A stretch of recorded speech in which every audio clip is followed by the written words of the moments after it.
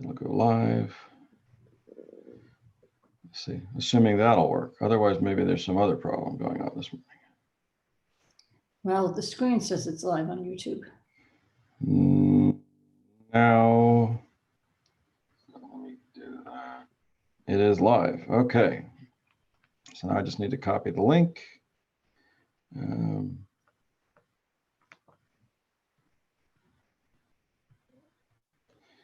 Copy the URL.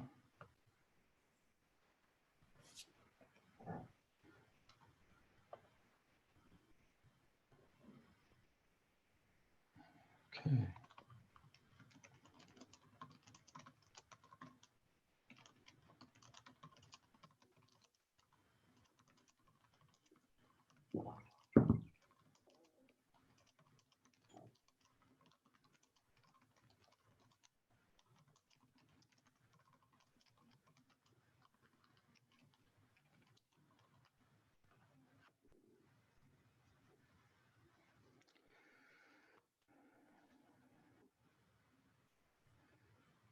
Okay, it could just be that there's a volume issue, a number of people trying to get in, or who knows what, but whatever it is, we are good to go on YouTube Live, and I've shared the link, so we're good. So where do you want to start this morning, Sally? Leviticus 15:1. Okay. So we're on Leviticus 15:1.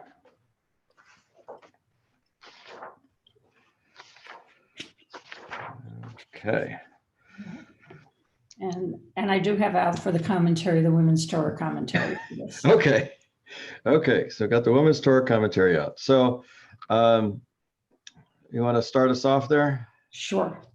Adonai spoke to Moses and Aaron, saying, "Speak to the Israelite people and say to them, when any man has a discharge issuing from his member, he is impure. The impurity from his discharge shall mean the following: whether his member runs with the discharge or is stopped up, that there is no discharge. His impurity means this: any bedding on which the one with the discharge lies shall be impure, and every object on which he sits shall be impure. All those who touch his bedding shall wash their clothes, bathe in water, and remain impure until evening. All those who sit on an object on which the one with the discharge has sat shall wash their clothes, bathe in water, and remain impure until evening. All those who touch the body of the one with the discharge shall wash their clothes, bathe in water, and remain impure until evening. If the one with the discharge spits on someone who is pure, the latter shall wash those clothes, bathe in water, and remain impure until evening. Any means for writing that the one with the discharge has mounted shall be impure. All those who touch anything that was under him shall be impure until evening, and all those who carry such things shall wash their clothes, bathe in water, and remain impure until evening. All those whom the one with the discharge touches without having rinsed his hands in water shall wash their clothes, bathe in water, and remain impure until evening. An earthen vessel that the one with the discharge touches shall be broken, and any wooden implement shall be rinsed with water. Okay. So it's kind of complicated. Now it's pretty easy to see why this is not a top choice for B'nai Mitzvah students. But we've got some interesting things that are both ritual and health related, right? I mean, there's certain things that make sense as kind of ritual and purity issues, and then there are certain things that make sense to be more kind of early health department issues, I would say. Well, it's interesting because the commentary starts with looking at it as an abnormal discharge, but it really phrases as any discharge. So yeah, I mean, it certainly has to do with sex generally, because we see that later. I mean, there seems to be a reference to sexual related discharge later on in the chapter. Mm-hmm. So we do have that as a as a question. I'm just trying to get my camera set up here, but I think there's also here an issue that it, it's dealing with, you know, sexually transmitted diseases. It's dealing with, I think, the issue of just kind of the inability of the priest to control himself properly or control his body properly. If there are issues related to age and you know, control of urine, that probably also is an issue here. I think really anything that is a problem can make them impure.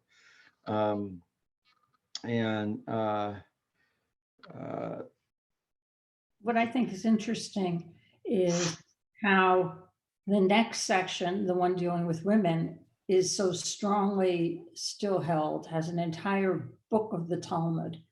And we've let go of all of the concern about men's discharges. Yet women, the impurities on women remains a huge issue.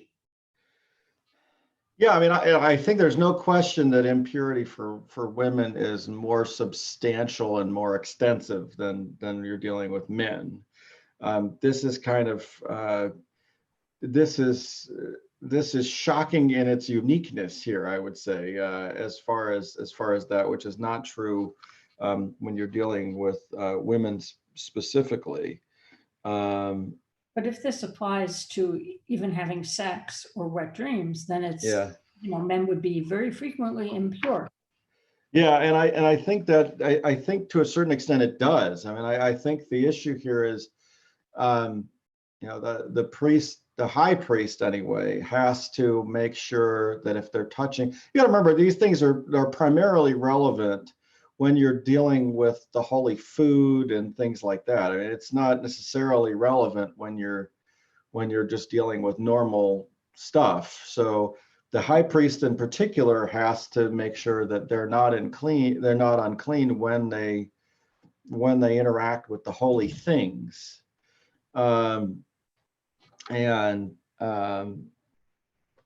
You know, because the average man isn't going to interact with holy stuff. It doesn't matter whether they're ritually impure. It doesn't even matter if they make other people ritually impure, because those other people aren't going to interact with anything either. So it's a matter of making sure that the people who have to interact with the ritual stuff are clean. I do think that it's interesting in what it suggests as far as how impurity is transferred, right? I mean, I sometimes especially when it was a more popular, when it was out, but the Diary of the Wimpy Kid and the Cheese. It's like, it's kind of like kids' cooties, you know, yeah. If you touch something he sat in, then you're going to be impure. It's although it does, it also, you know, it hits a little close to home when we're dealing with germs, and you're talking about you know, being able to touch a surface and then having the surface still be able to transmit germs hours later. That is actually more similar to what we're dealing with here. You know, and I certainly don't think that is what their concept was. I don't think they had any clue of that being the case. I think they believed that it was kind of infinite. If you touched a certain thing, the impurity remained forever until you did something to it, right? It doesn't go away. But you would certainly have a time when you wouldn't know. So, you know, if somebody who's impure sat on a surface and got up and went somewhere else, the person who comes after them will have no idea that surface is impure. The next day, nobody might even, you know, even the person who sat there might not remember they sat there. And you know, so then you have all of those kind of issues also.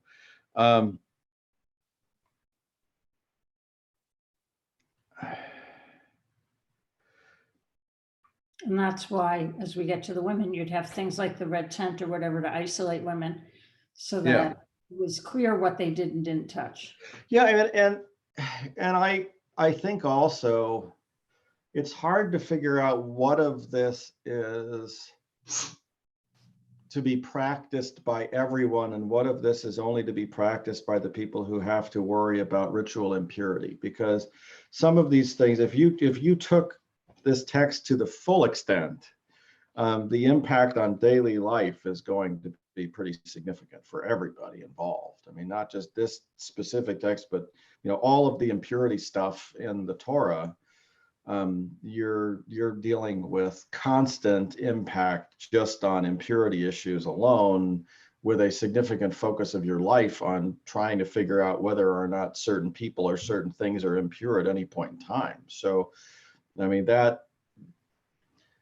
I don't think that that's realistic for the average person. Now, could it be realistic for the high priest and his family? Yeah, it might be, because that might actually be relevant for the high priest and his family. So this is part of the question about whether or not these texts that we're reading about ritual impurity are for everybody, or were they designed for the priestly family specifically.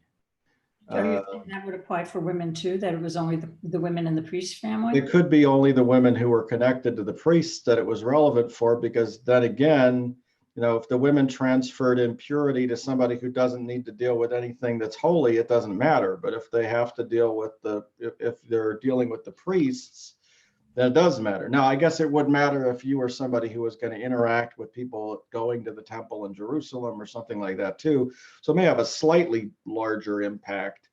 But the temple had a whole bunch of mikvahs or pools right before, so anyone coming would enter the ritual bath first anyhow.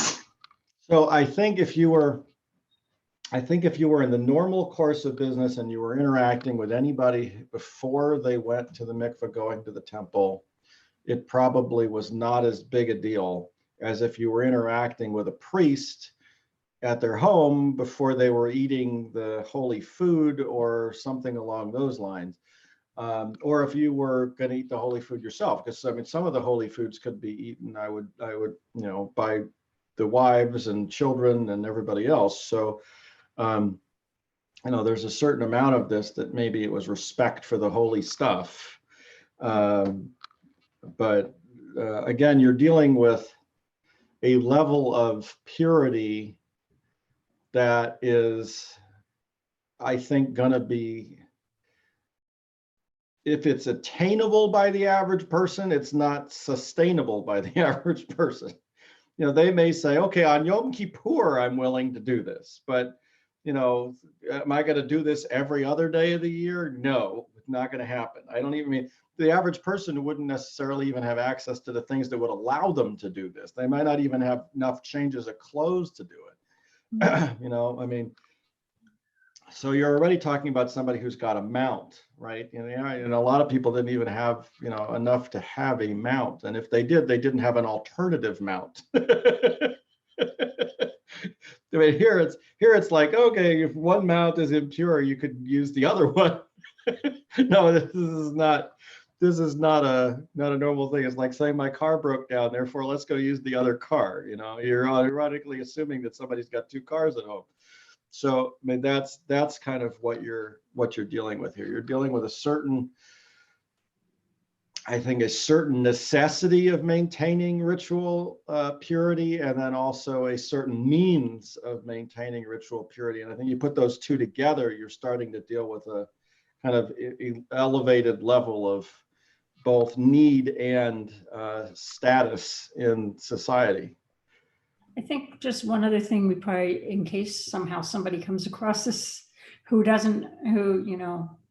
is not as familiar, I always like to point out to my students that when the impurity, and you keep saying ritual impurity, which is essentially what it is, but the text says impurity, and it's got no negative, it isn't a like sinful impurity. It's got no negative context that you did something wrong and you're impure. It's purely about ritual status and not because many things like even burying the dead makes you ritually impure, but it's one of the highest duties. So just in case someone who comes across this and is unfamiliar, I thought we should. Yeah, I mean, absolutely. So ritual impurity is a normal state. I mean, that's the other thing to understand is that's normal. If you're a normal person, you're going to be ritually impure almost certainly. There's so many, that going through normal life, you're going to do that. You actually have to go out of your way to be ritually pure, and it's not a status you can maintain. You're going to constantly have to adjust that. And its only relevance, realistically, is to be able to interact with specifically holy things. So if you're not interacting with the holy food, and sacrifices and things and holy utensils, you don't need to be holy in this, and you don't need to be pure in this way. You're okay being tainted. I think at a later point in time when people are worried about the inability to remove the taints of impurity, which is what we get when we get to the Dead Sea Scrolls and all that kind of stuff. Once there's no functioning temple and there's no ashes of a pure red heifer and all this kind of stuff, not getting impure in the first place becomes more important. But I think for most of Jewish history and what we're dealing with here in the temple, the assumption is that if you're ritually impure, you could always get pure later. And the only reason you need to be pure is if you're going to interact with specifically holy food and other holy things in the temple cult itself, which is why this liturgy, which is why this stuff is here in the middle of the description of the requirements for the priests. Right? I mean, all this stuff we're dealing with here is about priests. And the reason for that is because these are relevant to the priests, I think, and the priestly families, not necessarily to everybody else on a normal basis. Okay, should we switch and go to women? Sure. Okay, Leviticus 11. When the one with discharge not right away, but when the one with the discharge becomes purified of his discharge, he shall count off 7 days for his purification, wash his clothes, bathe his body in fresh water, then he shall be pure. On the 8th day, he shall take 2 turtle doves and 2 pigeons and come before Adonai in the entrance of the tent and give them to the priest. The priest shall offer them, the one as a purgation offering and the other as a burnt offering. Thus the priest shall make expiation on his behalf for his discharge before Adonai. When a man has an emission of semen, it's this one that's not related to any illness. Hey, Jody. Yeah. When a man has an emission of semen, he shall bathe his whole body in water and remain impure until evening. All cloth and leather on which semen falls shall be washed in water and shall remain impure until evening. Likewise, for a woman, when a man has carnal relations with her, both shall bathe in water and remain impure until evening. So this is an issue for the rabbis if anything happens to the high priest on the eve of the Day of Atonement. Right, and one of the things that they actually have in the Mishnah or the Talmud is this idea that this never happened to the priest. It's a blessing from God that this never happened to the priest. So the high priest never had sex? Yeah, so the idea is that the priest never had a discharge on the eve of atonement. Oh, okay. Because if he had a discharge, then he would become impure for the whole day and therefore couldn't conduct services on the Day of Atonement. That's the idea. So the rabbis say it's a miracle. God never allowed this to happen. Well, isn't it also now the custom that you're one of the Yom Kippur prohibitions is you're not supposed to have sex? Yeah, and that's this, because then you'd be impure. If you had sex on the eve of Yom Kippur, then you're impure the whole day of Yom Kippur, and therefore that's not good. Yeah. So hi, Jody. Hello. I turned your mic on for Torah study, so we can. Okay. We're okay for Torah study. I have to kind of manage all the microphones for service, but I think Torah study we're okay. I have this Safari on my phone, I'm trying to find out where you are. We are in Leviticus 15 and we just finished verse 18. So 15, Okay. 18 is where we just finished. So do you want me to go back and start with 19? So I'm just trying to think if there's anything else we want to talk about here. I mean, we have, one of the things obviously is that there's an offering being made here. 2 turtle doves and pigeons, and there is an offering, I guess, to acknowledge that something has happened. It is, it's not a substantial one, I guess it is really primarily for somebody who has to be able to access the ritual things, because otherwise you could just wait. so there's I think part of that. Let's see here. David Goldman is here also. Okay. Okay. Hey, David.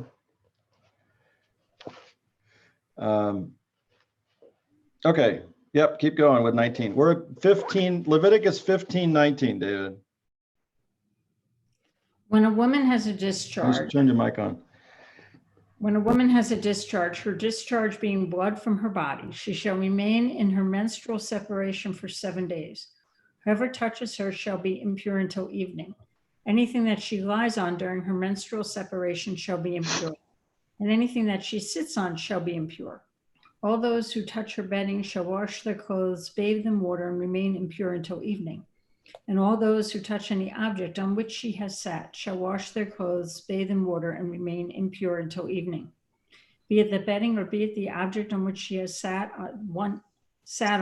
on touch, I think it's one touching it, shall be impure until evening. If a man lies with her, her menstrual separation applies to him, and he shall be impure for 7 days, and any bedding on which he lies shall become impure. Yeah, so obviously, menstruation is different. I gotta move this out. It's shining right in my face. Menstruation is a little different than the other kinds of discharges, so those things apply. It's a longer time. Yeah. And it's don't have sex with her and really don't lie with her at all because her bedding's impure. So there's an issue about when her menstruation starts, because before they know she's menstruating, he could have lain with her and be impure. Yeah. So you're blood is more significant impurity than some of the other things we're dealing with. And life and death, birth and death impurity, right? That's what we're dealing with now. So what does the Women's Torah commentary say on this, Sally? Okay. Well, they have a long introduction on it, but frequent menstruation is the product of various factors of modern life that were not relevant to our foremothers. Women in ancient Israel and the ancient world in general probably menstruated less frequently than modern women for several reasons. Due to sparser diet, females in pre-modern times began to menstruate at an average age of 14 as opposed to an average age of 12 today.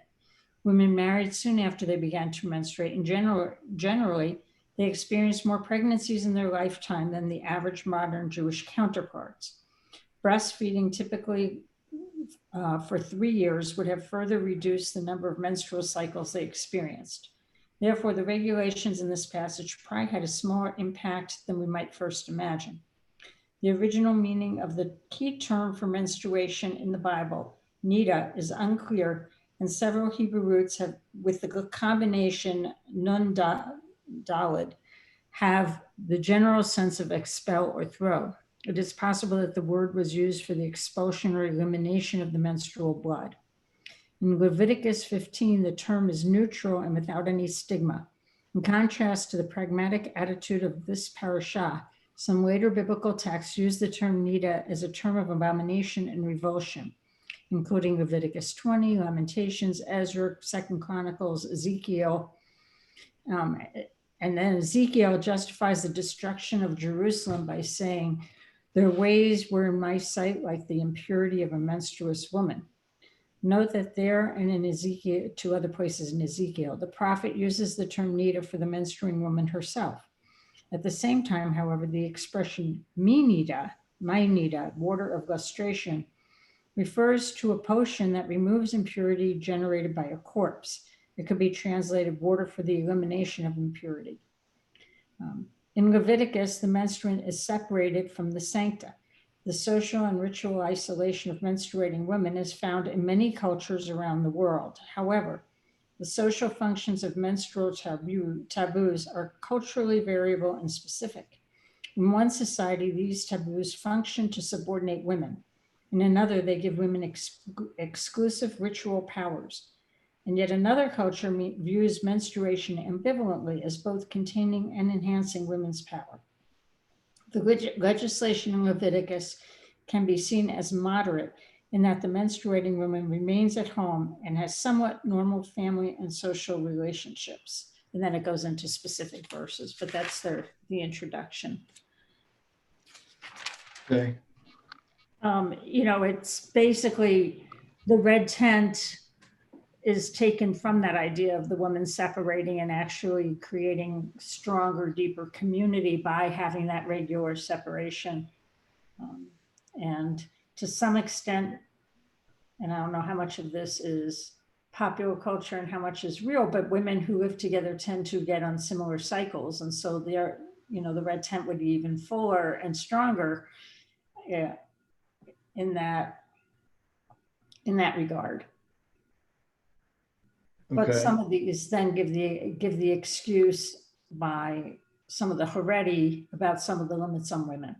Well, we can't shake hands with a woman because we don't know if she's menstruating, and we can't let a woman touch the Torah because we don't know if she's menstruating. We can't sit with women because we don't know if she's menstruating. And yeah, I mean, it's the ritual impurity thing obviously is a big issue in certain communities today.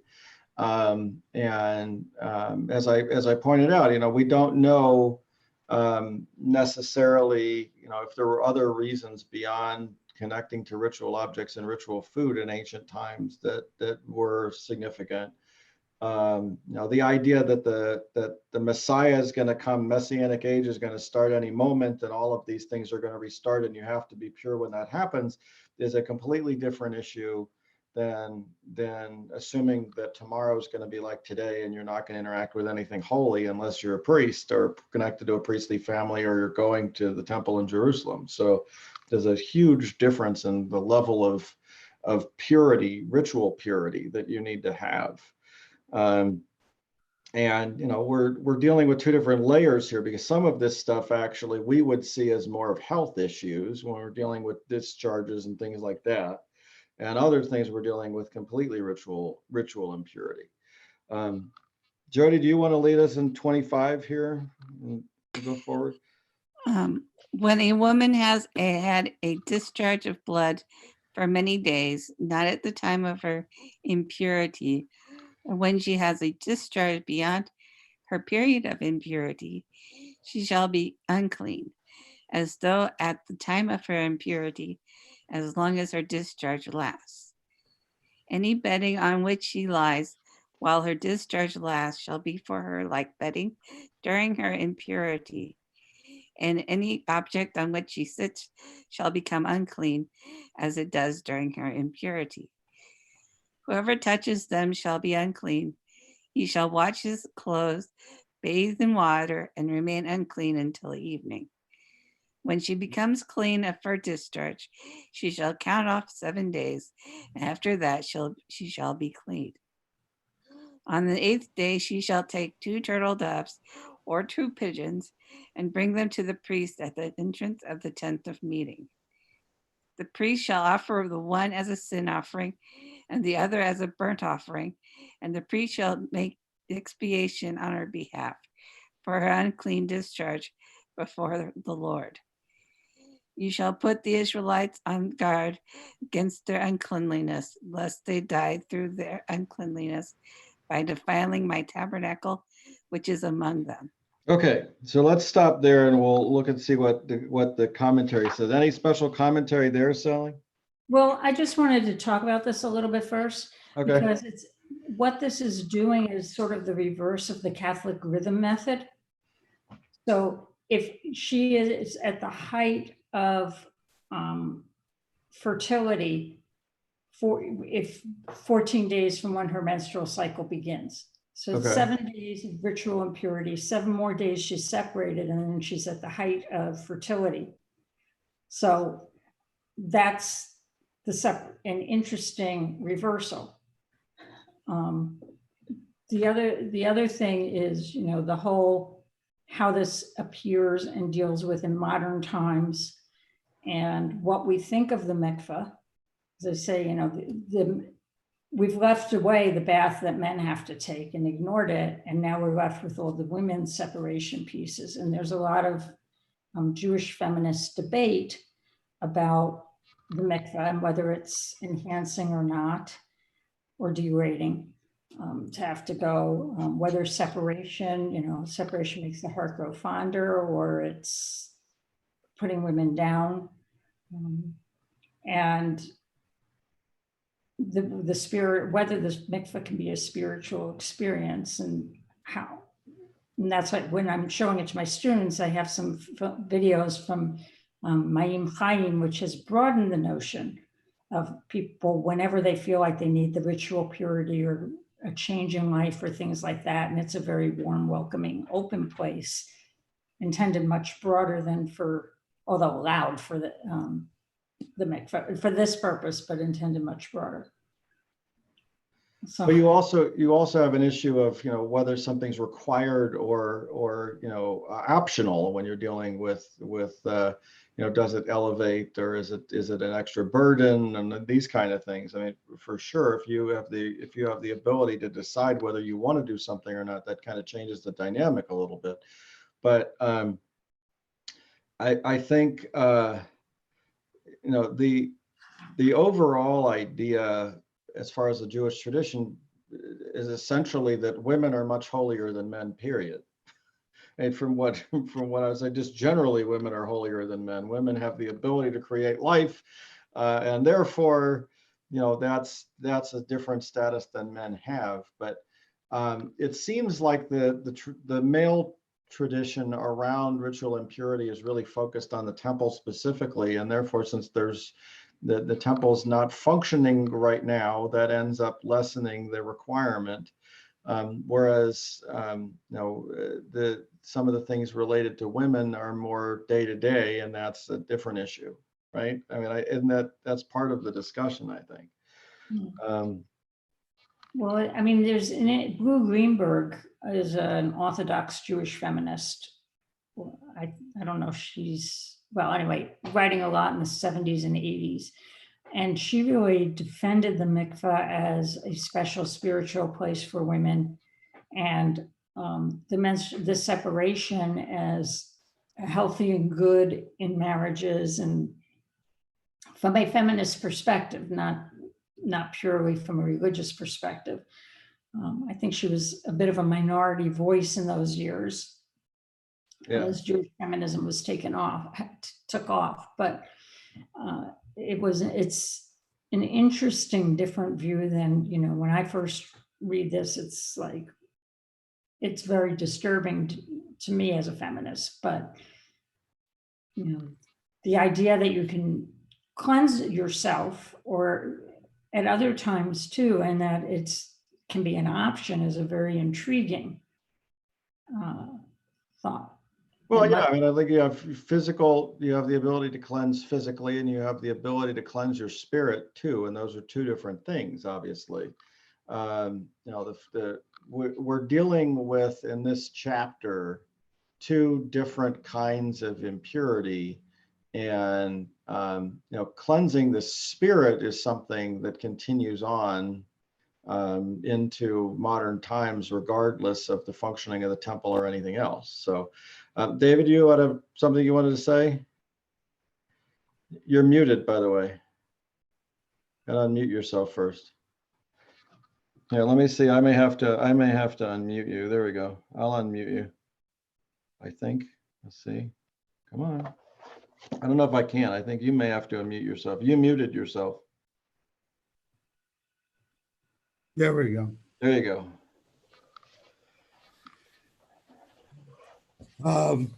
No, I was just thinking with respect to the remarks of Rebitz and Greenberg, that it really wasn't. I mean, I think it was very religious on her part. Mhm. I mean, she wasn't doing it from a feminist perspective.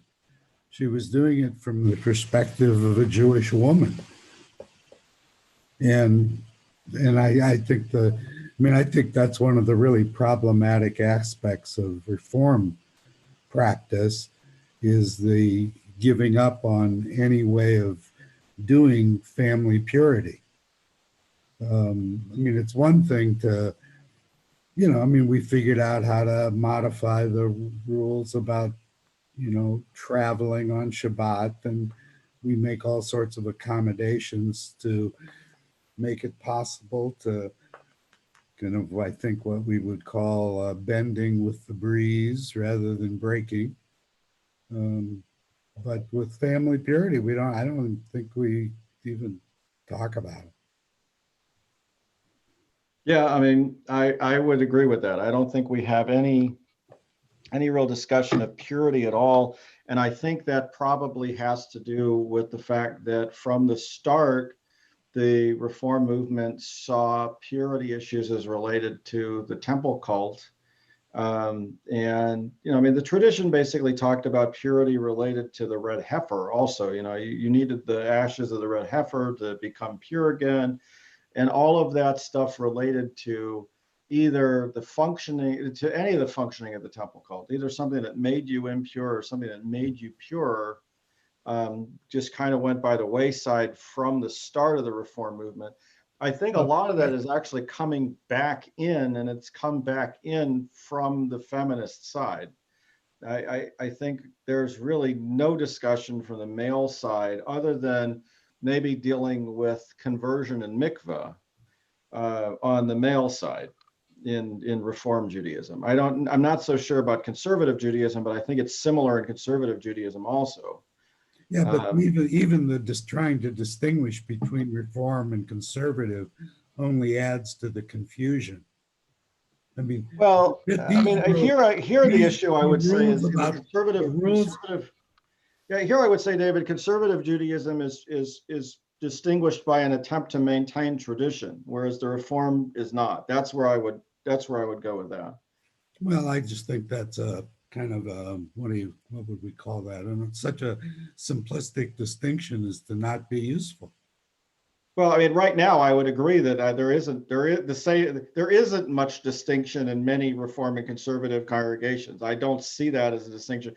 In fact, I would say it's actually growing in that I think a lot of modern Orthodox congregations are where conservative congregations used to be, and you have some Reform congregations now that aren't that far off from that either, as far as having many people in their midst who are performing all of the rituals and obligations that even a modern Orthodox person would be.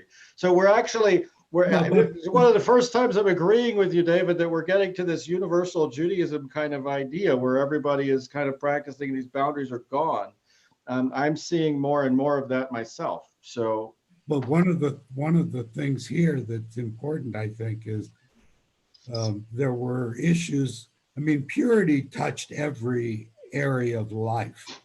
So when it came to like the skin outbreaks, that the remedy for which was, interestingly enough, physical distancing, that this is not about the disease. This is about sex. The laws of family purity are about sex, and it's all in relation to the fulfillment of the mitzvah to be fruitful and multiply.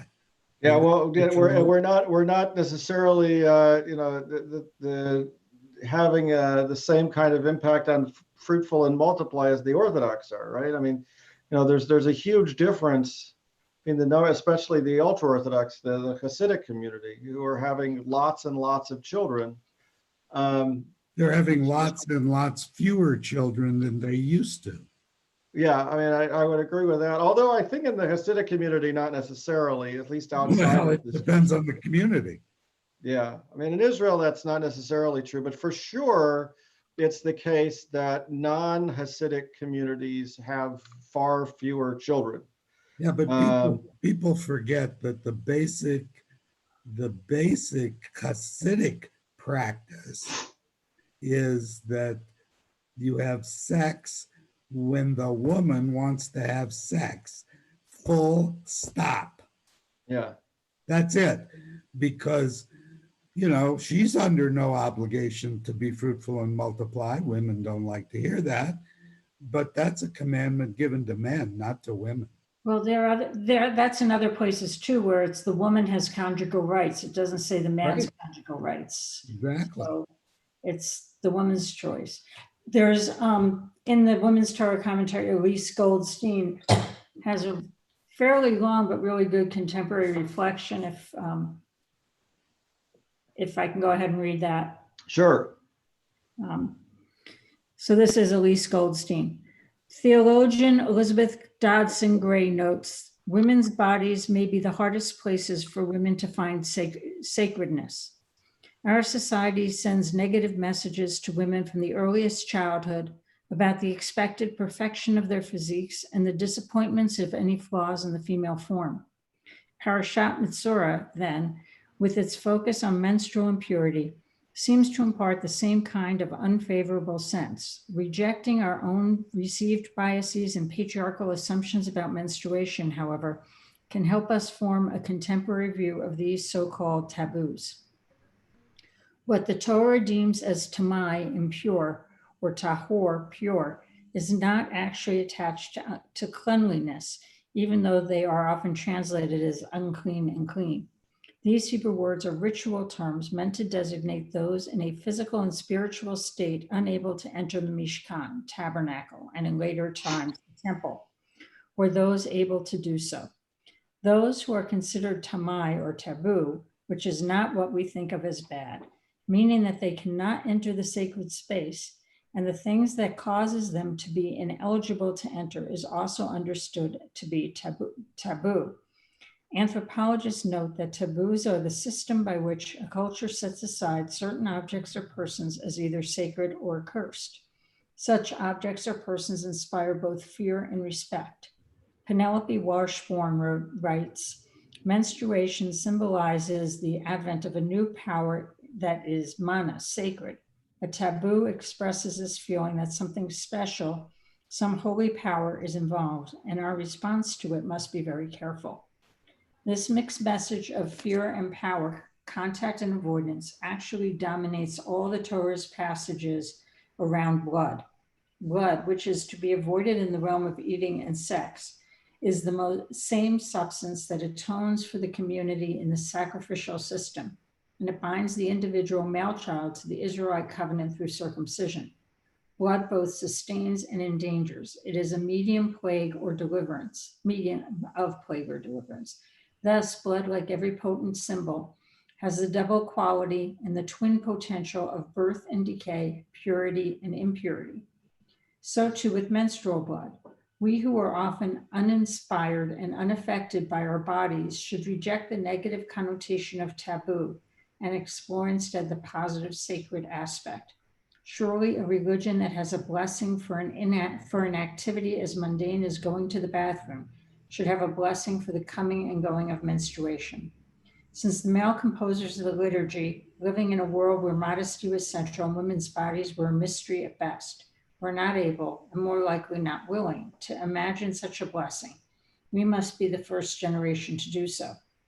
More than 30 years ago, I did just this. I wrote a blessing for menstruation and have been writing about it and teaching it ever since. When I crafted my bracha, I reappropriated the difficult and offensive morning blessing in the traditional Torah prayer book, which reads, "Blessed are you, Adonai, our God, ruler of the universe, who has not made me a woman." Traditionally, women say instead, "Who has made me according to your will." Each month when I get my period, I say, "Baruch atah Adonai Eloheinu melech haolam she'asani isha." Blessed are you, Adonai, our God, ruler of the universe, who has made me a woman. Saying the blessing becomes a revolutionary moment for the slight change in wording, changing the negative, "who has not made me a woman," into a positive, "who has made me a woman," affirms my holiness and sanctity within the context of menstruation, not despite it. I believe it is possible to rescue the aspects of mystery inherent in menstruation. While we reject menstrual huts, a separation from the sancta, and antiquated notions of cleanliness, we can still emerge with a sense of overwhelming mystery of life and death that is embedded in our corporeal female selves. While many women associate menstruation with physical pain and discomfort, the experience nevertheless involves a degree of power. We should reject the notion that menstruation makes a woman unclean and instead think of this as a period of intense electrical charges, a charge of life and death pulsing through our bodies. Lou Greenberg urges us to focus more on the positive, to restore that element of holiness of our bodies, ourselves. We can also consider a connection between menstruation and covenant. The prophet Zechariah speaks to daughter Jerusalem and daughter Zion about your covenant of blood as that which releases prisoners from the dry pit. It does not say the covenant of blood as most translations render it, but rather emphasizes that blood is the focus of the covenant. The address to the feminine persona suggests that all daughters of Zion have the covenant of blood. It is through menstruation from puberty when we accept our responsibilities of Jews, through the elder years when bleeding stops and deep wisdom starts, that the entire world is saved from the dry pit of death, in which there is no water, no womb, no regeneration, no rebirth. See menstrual blood then as women's covenantal blood, just as the blood of Brit Milah, ritual circumcision, is men's. The possibilities for rituals around this abide. For women too have a Brit inscribed in our flesh as an everlasting covenant, not just once at 8 days old, but every month. And Mitzorah, in its ancient and perhaps awkward way, attempts to remind us. Yeah, and I mean, I would say to that also, Sally, it kind of goes to what we've been saying for years about, the Asherah cult, the fertility cult, having been eliminated in ancient times. Certainly there would have been a vast array of rituals and all sorts of other things connected at that point in time that get eliminated and dropped, or that are considered for, when you get into the Second Temple period, maybe they're considered, rituals of the average person. They're Haaretz rituals that everybody's keeping.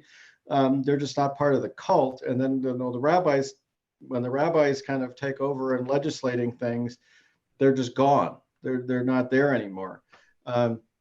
But my assumption would be that there were a vast array of them in ancient times, and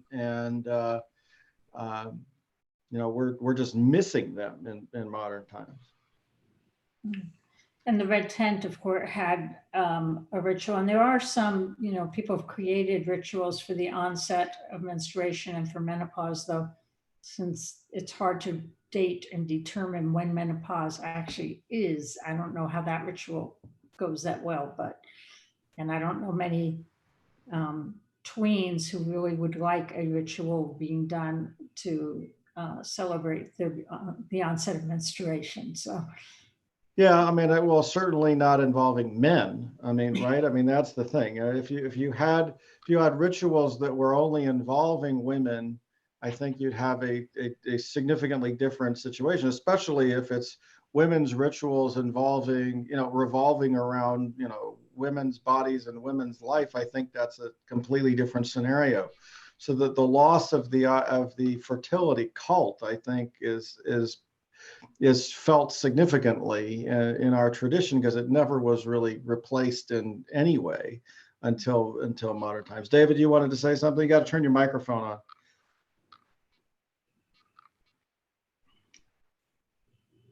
You're still muted here.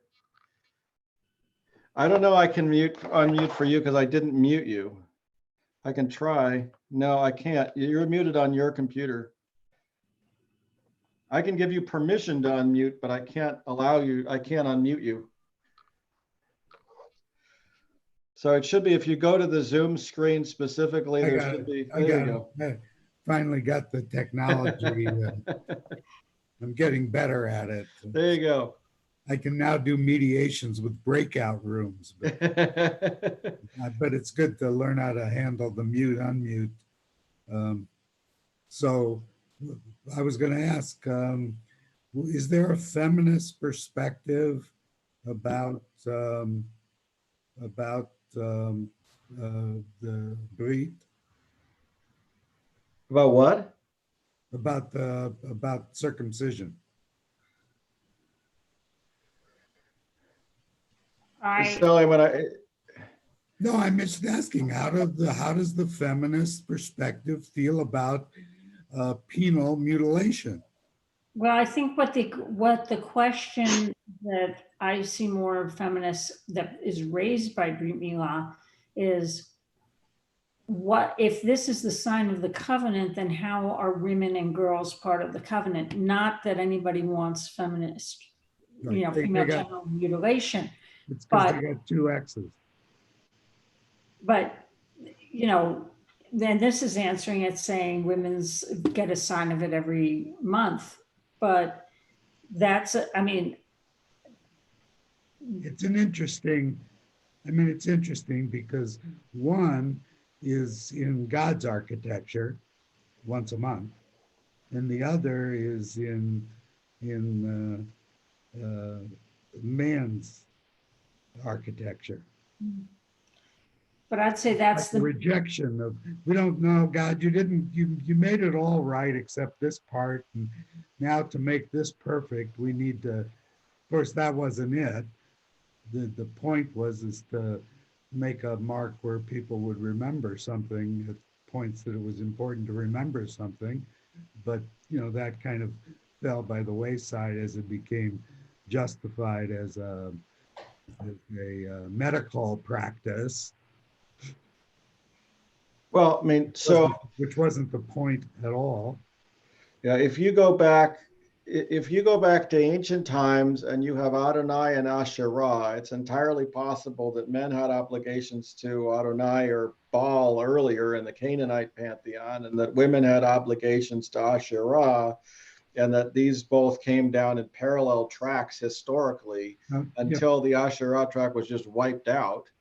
And then you're missing it entirely, in which case then you have to replace it. And I'm not sure that the tradition really even tried to replace it until modern times. So it ends up being kind of an interpretation of how you deal with that. That's why I'm asking about the feminist. Yeah, no, I understand. I think that is exactly. In the Hellenic world at its finest moments, women had an equal seat at the table of power, at the table of ruling. They were called philosopher kings, and men and women could be philosopher kings in Plato's Republic. Yeah. So it was clear that they saw past whatever that difference was, male, female, when it came to social beings, human beings. And yet the Jews took a different approach. And now that within Judaism, the time of equality has arrived. The question is how to do it. Well, yeah.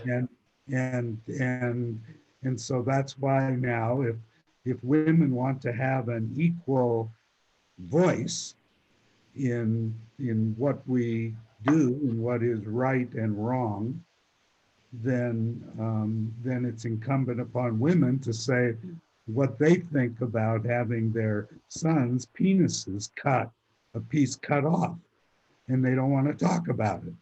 Yeah. Because it's uncomfortable, which is why we invented the mechitza. But That's another story, as Jay Olson say, another story for another time. Okay, Sally, do you want to say anything as a final word here, and then we'll take a quick couple-minute break before service?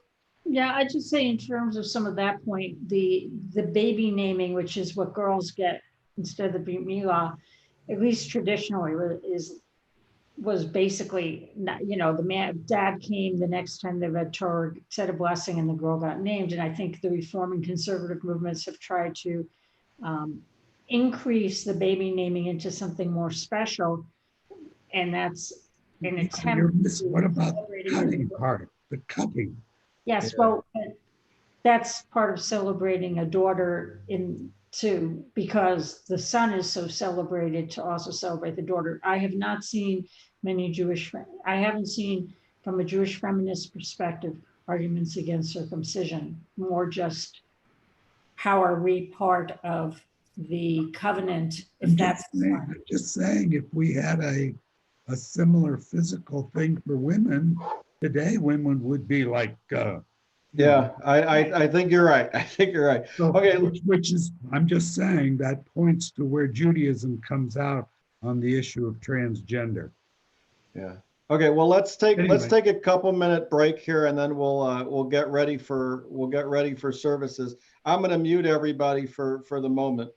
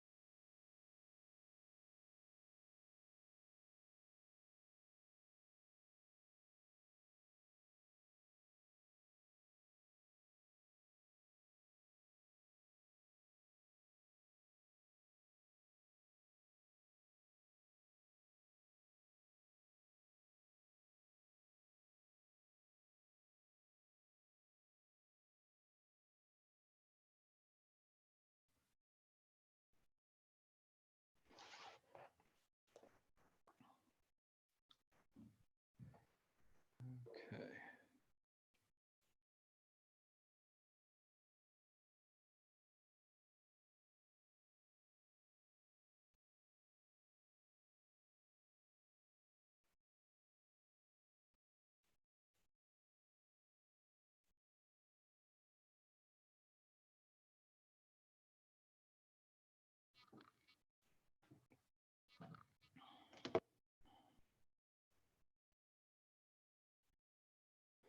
I'm going to try to have us live on Facebook on my phone too, but it's just going to be my image. So, because I can't get Facebook Live to work from Zoom this morning for some reason.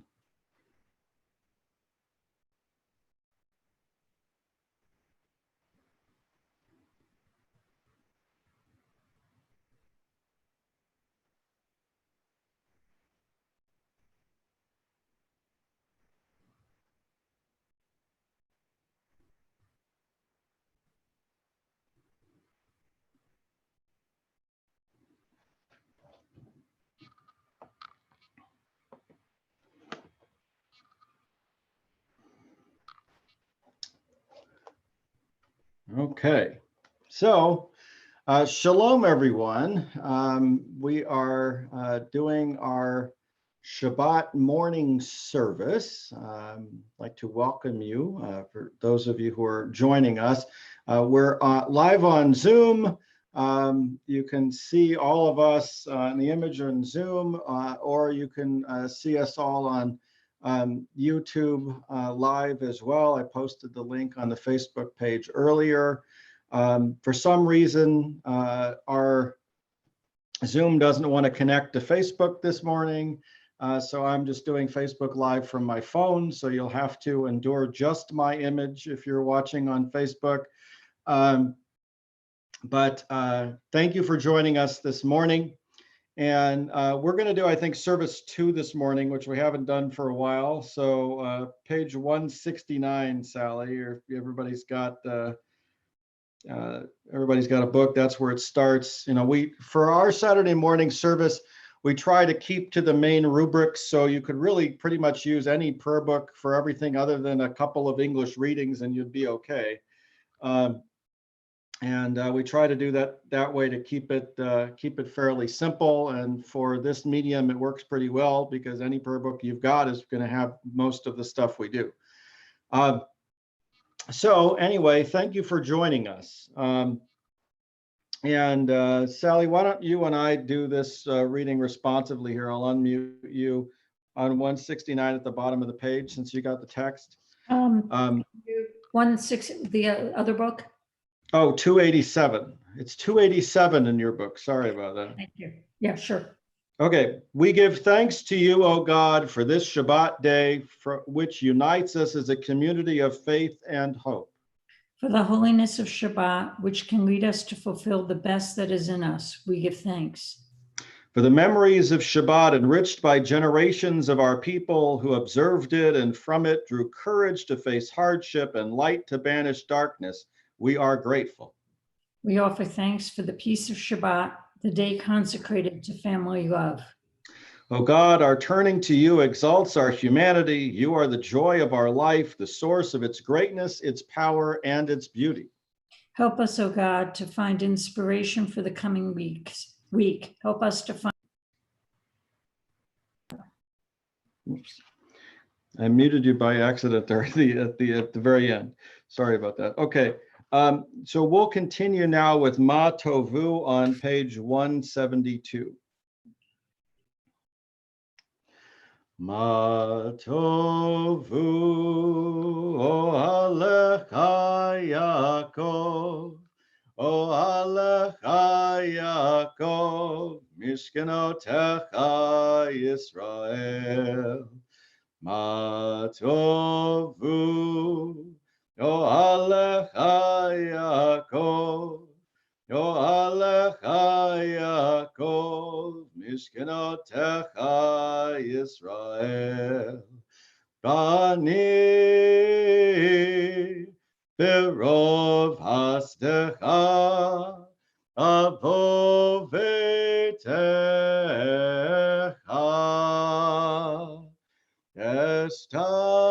estachave el chechal kodshecha be'yiratecha. Ma tovu alecha Yaakov, alecha Yaakov, mishkenotecha Yisrael. Ma tovu alecha Yaakov, alecha Yaakov, mishkenotecha Yisrael. Adonai, ahavti me'on betecha, u'mekom mishkan kevodecha. Bani estachave v'chra, yevrecha lifnei Adonai osi. Ma tovu alecha Yaakov, alecha Yaakov, mishkenotecha Yisrael. Ma tovu alecha Yaakov, alecha Yaakov, mishkenotecha Yisrael. Vani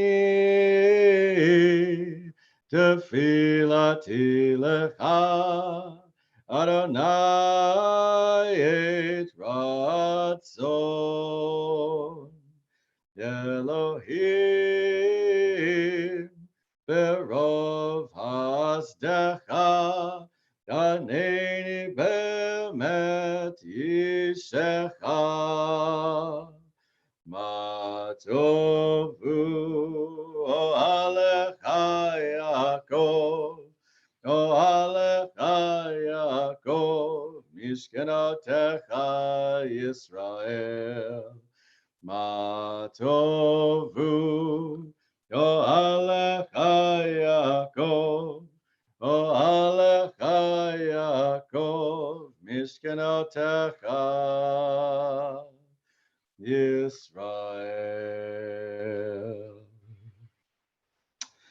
Okay, and now we're going to continue on page 174.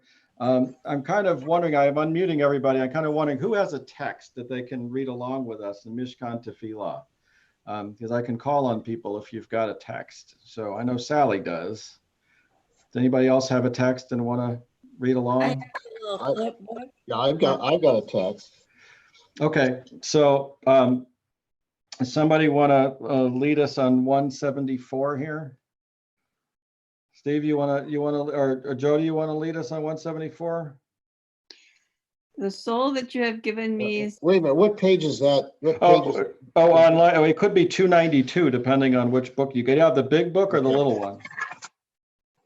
I've got the regular Gates of Prayer. So it'd be what, 282? 292. Oh, Gates of Prayer, I have no idea. If you've got Mishkan Tefillah, then we get it. No, the one we usually use every Saturday morning. Oh, so 174. It's on 174. 174. Okay, Jody, why don't you lead us here, and then we'll let me mute everybody and unmute you. Just a sec. okay. Okay, go ahead. The soul that you have given me, O God, is pure. You created and formed it, breathed it into me, and within me you sustain it. So long as I have breath, therefore, I will give thanks to you, my God and God of my being, God of all ages, source of all being, loving guide of every human spirit. Baruch atah Adonai, asher b'yado nefesh kol chai, beruach kol basar ish. Okay, thank you. And now we're going to continue with Elu Devarim on 180. Elu Devarim she'en lahem shiur, she'adam ochel perotechem be'olam hazeh, v'keren kayemet lo le'olam haba, be'eluchem. Kibud avaim ugmelut hasadim Bashkamat beit hamidrash shacharit ve'aravit Bechaknasat orchim uvikur olim Baknasat kala uvayat hamet v'yun tefillah Behavat shalom ben adam lavero betalmud Torah keneged kulam. Okay, Steve, I can unmute you here and then you can lead us in the English here. There are things. These are things that are limitless, of which a person enjoys the fruit of the world, while the principle remains in the world to come. They are honoring one's father and mother, engaging in deeds of compassion, arriving early for study, morning and evening, dealing graciously with guests, visiting the sick, providing for the wedding couple, accompanying the dead for burial, being devoted in prayer, and making peace among people. But the study of Torah encompasses them all. Okay, whoops. So now we're going to continue with Reader's Kaddish, which you can find in your prayer book on page 194. Yitgadal v'yitkadash shemei rabbah. Delma diberak irute ve'amlich malchute. V'chayechon uvyomechon. Uv'hayed kol beit Yisrael. Bagala, bagala, ubizman kariv, vimeru, amen. Yehesh merabah mevarach, le'alam ulal me'almaya, yitbarach, yitbarach, v'yishtabach, V'par v'tromam v'yitnaseh v'yithada v'yitale v'yithalal shemei dekudesha brichu leila min kol birchata v'shirata tushbechata v'nechemata damiran be'alma Dimaru, amen. Baruch et Adonai hamevorach. Baruch Adonai hamevorach. Le'olam va'ed. Now, Yotzer. Baruch atah Adonai Eloheinu melech haolam, yotzer or uvorei choshech, osei shalom uvorei et hakol. Hameir la'aretz v'ladarim alecha barachamim, uvtuvo mechadesh b'chol yom tamid maaseh v'reshit. Ma rabu ma'asecha Adonai, kulam b'chokma asita, mela haaretz kinyanecha. Titbarach Adonai Eloheinu al shebach ma'aseh yadecha ve'al ma'orei or shasita yifarucha sela. Or chadash al Tzion ta'ir v'niskeh hulanu mehera le'oro. Baruch atah Adonai yotzer chame'orot. Okay, and now on 198 in this prayer book, or 316 in yours, Sally, Ahava Rabbah.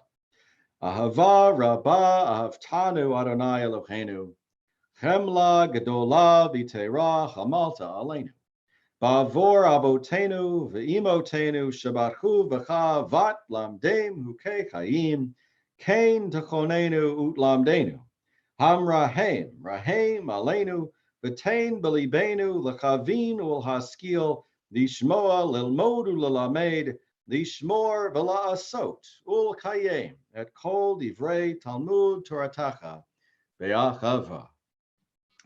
V'ha'erinenu b'toratecha v'dabek libeinu b'mitzvotecha v'yachid livavenu ve'ahava u'yira et shemecha Delo nevosh, delo nikalem, velo nikashel, leolam vaed, ki v'shem kodshecha, hagadol v'norah batachnu, Nagila v'nismecha, Nagila v'nismecha b'shuatecha. Baruch atah Adonai chabocher ba'amo Yisrael be'achava. And now on page 200 or 318, depending on which book you have, we'll continue with Shema. Shema Yisrael, Adonai Eloheinu, Adonai Echad.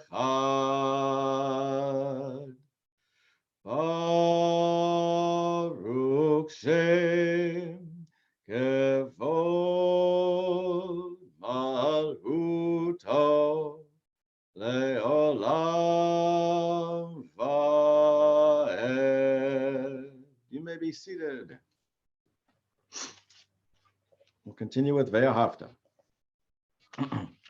Ve'ahavta et Adonai Elohecha b'chol levavcha b'chol nafshecha u'b'chol meodecha v'hayu hadabarim ha'eleh asher anochi metzavecha hayom alevavecha Veshinantam levanecha v'dibarta bam v'shivtecha b'beitecha uvlechtecha b'derech yushochbecha uvkumecha yukshartam leod ayadecha v'hayu letotafot b'neinecha yuktavtam al mezuzot beitecha yuvisharecha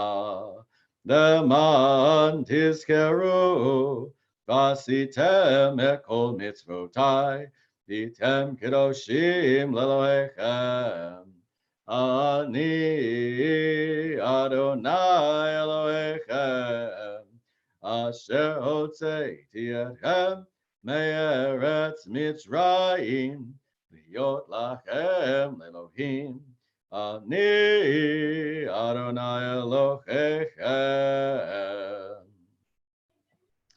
Love Adonai your God with every heartbeat, with every breath, with every conscious act.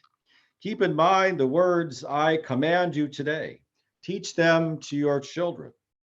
Talk about them at work, whether you are tired or you are rested. Let them guide the work of your hands. Keep them in the forefront of your vision. Do not leave them at the doorway of your house or outside your gate. They are reminders to do all of my mitzvot so that you can be holy to God. I am Adonai your God. I led you out of Egypt to become your God. I am Adonai your God.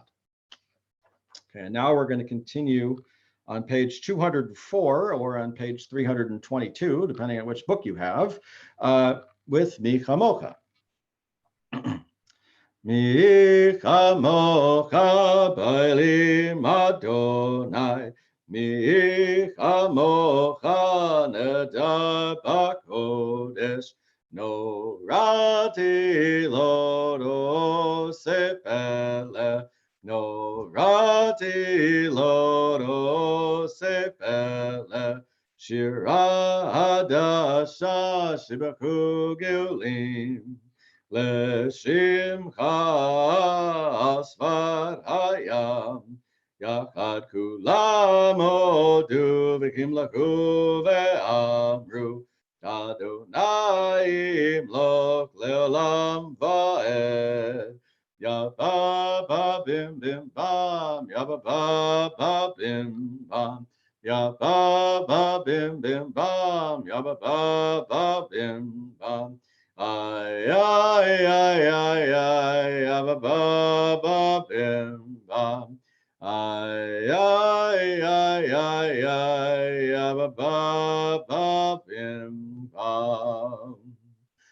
To Yisrael, Koma be'ezrat Yisrael, Uvdechnu mecha, Yehuda ve'Yisrael. Go aleinu Adonai tzvaot shemo, Kedosh Yisrael. Baruch atah Adonai, Gal Yisrael. Now, please rise for tefillah, which is on page 205 or page 323, depending on which book you have. Adonai sefatai tiftachu fi agid tehilatecha. Adonai, open up my lips, that my mouth may declare your praise.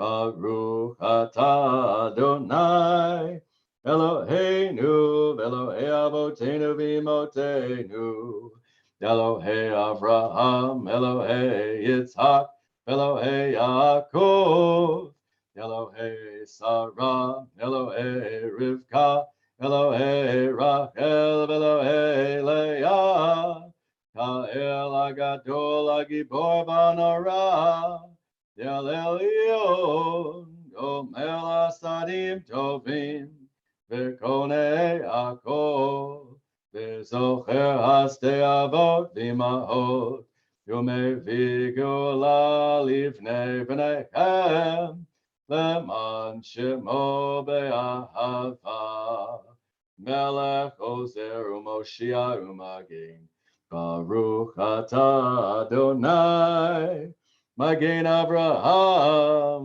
V'ezrat Sarah, Atah Gibor Le'olam Adonai, Mechaye Akol atah Rav Lehoshia, Mechakel Ayin Behesed, Mechaye Akol Berachamim, Samech Noflim Berofeh Holim, O Matir Asurim, O Mekayem Amunato, Lishenei Afar, Nika Mocha Bal Gevurot, Yomidom Elach, Melech Meimit Umechayeh, Umatzmiach Yeshua, Ne'eman atah l'chachayot hakol,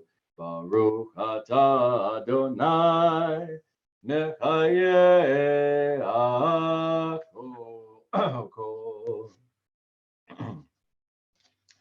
Nekadesh et shimcha ba'olam, Keshem shemakdishim oto bishmei marom, Kakatuv al yad neviecha, V'kara zel ze ve'amar, Kadosh, Kadosh, Kadosh, Adonai Tzebaot,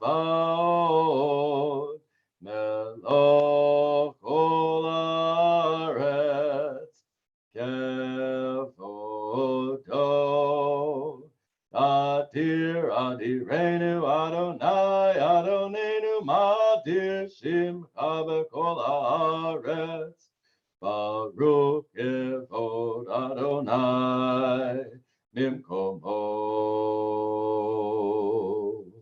Yehadu Eloheinu, Yu Avinu Umalkeinu, Umoshienu Ve'u Yashmienu, V'rachamav Le'nei Kol Hai, Ani Adonai Elohechem, Yimloch Adonai Le'olam, Elohai Yitzion, Le'tor Vador, Hallelujah. Le'tor Vador Nagid God Lecha, Yol Netzach Netzachim Kedushatcha Nakdish, Shifha Haloenu Mipinu Lo Yamush, Le'olam Vaed. Baruch atah Adonai, Ha'el HaKadosh. You may be seated. And we're at the bottom of page 211 or 329, depending on which book you have. The meaning of Shabbat is to celebrate time rather than space. 6 days a week, we live under the tyranny of things of space. On Shabbat, we try to become attuned to holiness in time. It is a day on which we are called upon to share in what is eternal in time, to turn from the results of creation to the mystery of creation, from the world of creation to the creation of the world. Baruch atah Adonai Mikadesh HaShabbat.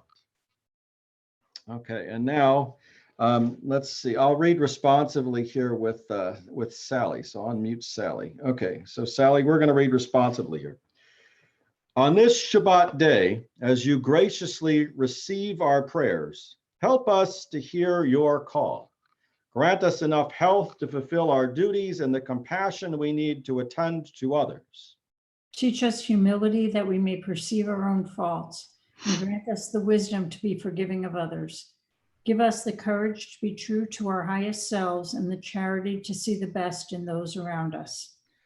Give us the patience enough not to become discouraged, hope enough to overcome all fears for the future, and faith enough to know your presence. O source of blessing, look with favor upon us. May our offerings be acceptable to you. Sally, you can read this.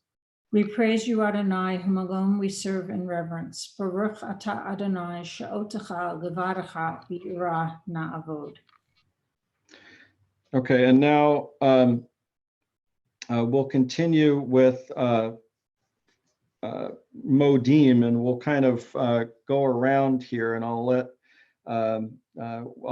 let's see, Jody and Steve and Sally all have the book. So we'll start with, I'll unmute everybody, and then Jody, you can start with this one, okay? For the expanding grandeur of creation. For the expanding grandeur of creation, worlds known and unknown, galaxies beyond galaxies, filling us with awe and challenging our imaginations. Modim anachnu lach. Okay, Steve.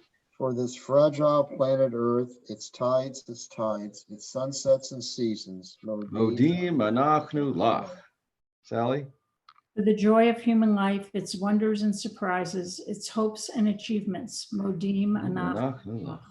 For human community, our common past and future hope, our oneness transcending all separation, our capacity to work for peace and justice in the midst of hostility and oppression. Modim anachnu lach. For high hopes and noble causes, for faith without fanaticism, for understanding of views not shared. Modim anachnu lach. For all who have labored and suffered for a fairer world, who have lived so that others might live in dignity and freedom. Modim anachnu lach. For human liberties and sacred rights, for opportunities to change and grow, to affirm and choose. Modim anachnu lach. Okay, and then I'll read this one. We pray that we may live not by our fears, but by our hopes, not by our words, but by our deeds. Baruch atah Adonai hatov shimcha ulecha na'eh lahodot. Sim, sim, sim, shalom, sim, sim, sim, shalom, sim, sim, sim, shalom, tova uveracha. Sim, sim, sim, shalom, sim, sim, sim, shalom, sim, sim, sim, shalom, tova uveracha. At this point in our service, we pause to think of all those among our family and friends who are ill or in need of healing. We continue to think about all of those in our community and around the world who are facing the coronavirus, dealing with the coronavirus. Perhaps they're ill, or family members or friends are ill. Many, certainly of all of us, are concerned about becoming ill. And we think of all of those who are anxious or depressed at this time also. And we think of all of those who are working to take care of us, all of those in the healthcare industry who are working in any job whatsoever to maintain our health and the health of those of our loved ones. And we also think of all of those who are in essential jobs who are working to maintain our health and safety and our bellies and our happiness and all of the other different things that people are continuing to have to work right now in our communities. I'll unmute everybody and you can mention names of those that you're thinking about right now, and then we'll sing Misha Baruch. Take a moment and mention names. Braverman. Okay, and now we'll continue with Misha Baruch, which you can find in the middle of page 253 in your Shabbat prayer book. I know that. And we'll sing Misha Baruch as we think of all of them and include ourselves in this blessing as well. Misha Baruch Avotenu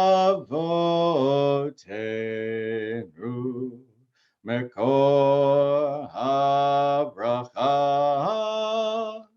leimotenu. May the source of strength who bless the ones before us help us find the courage to make our lives a blessing, and let us say, Amen. Misha Baruch Imotenu Mekor habracha Lavotenu. Bless those in need of healing with refuah shlema, a renewal of body, a renewal of spirit, and let us say, Amen.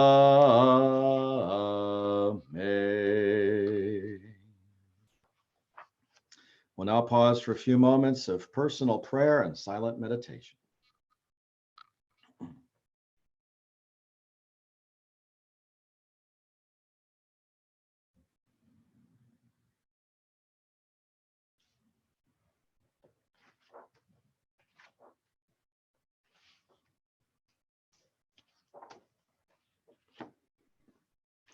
Okay, now we're going to continue on page 282 with Aleinu, please rise.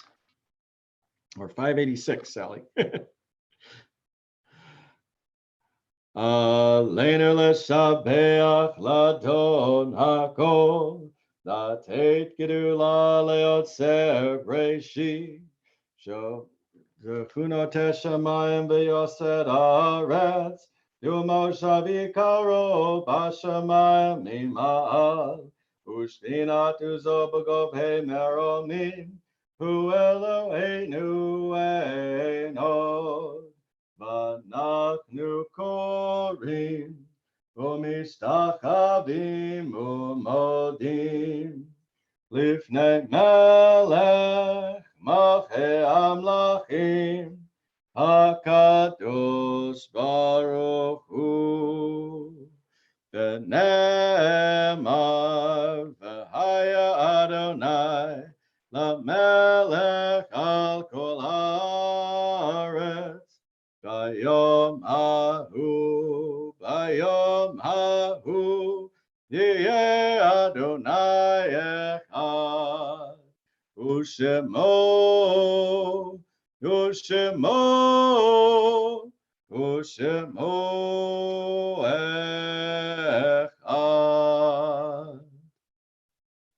And now our thoughts turn to those who have departed this earth, our own loved ones, those whom our friends and neighbors have lost, the martyrs of our people whose graves are unmarked, and those of every race and nation whose lives have been a blessing to humanity. As we remember them, we meditate on the meaning of love and loss, of life and death. Today, we mark the yahrzeits of Julius Edelman, Mary Joyce Alter, Cecil Ballantyne, Nathaniel Baskin, Stanton Belenkoff, Sophie Davidson, Shirley Debansky, Jean Goldman, Yetta Hahn, Molly Hockenberg, Florence Friedman Jacobs, Pearl Kaplan Harris, Ann Klein, Frank Porowski, Joseph Pomerantz, Arthur Robinson, Ida Rockowitz, Frank Joseph Santo, Jacob Sherman, Steve Schrago, Charles Stroll, Harry Tepper, Clifford Trinder, and Mel Wilk. We mark the recent passings of Ruth David, Mort Solomon, and Helene Chaseman, and ask if people would like to mention other names as well today. You can type them into the chat if you'd like.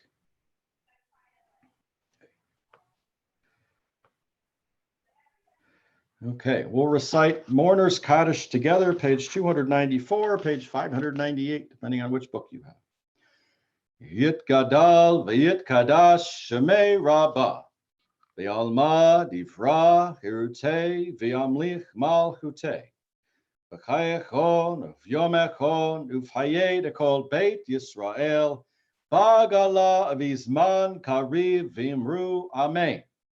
Yehei Shmei Rabbah Mavarach Le'olam Ulalmei Almaya Yitbarach V'yishtabach V'yitpa'ar V'yitromam V'yitnaseh V'yithadar V'yitalev V'yithalal Shemei Dekudesha B'rechu Le'ela Min Kol Birchata V'shirata Tushbachata V'nechamata Dam Yaran V'alma V'imru Amen.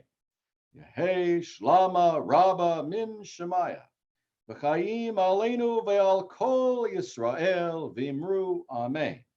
Osei Shalom Bimromav Hu Yasei Shalom Aleinu Ve'al Kol Yisrael V'imru Amen.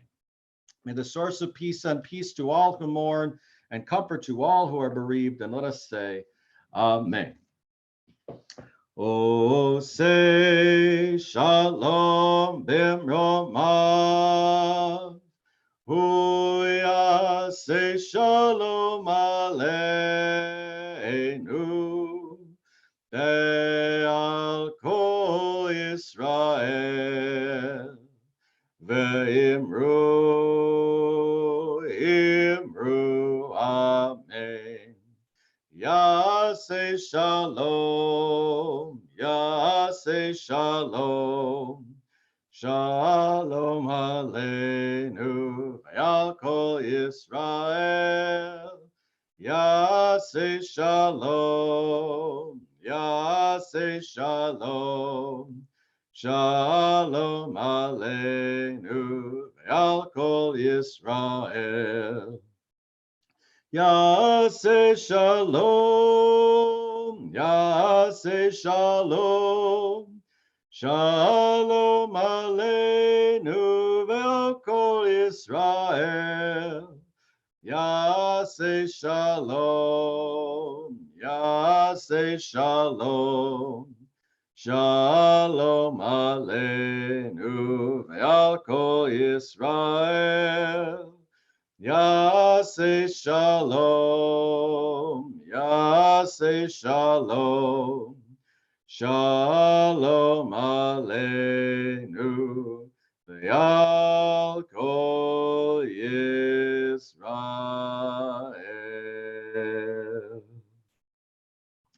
May the coming week be a week that sees shalom increase in our world. May it be a week of time spent with family and friends in person or online. May it be a week in which our knowledge grows and our understanding grows, a week of health and happiness, a week that sees shalom increase not only in our world, but in our lives, bringing us wholeness, completion, and health. And let us say, Amen. Shabbat Shalom, everyone.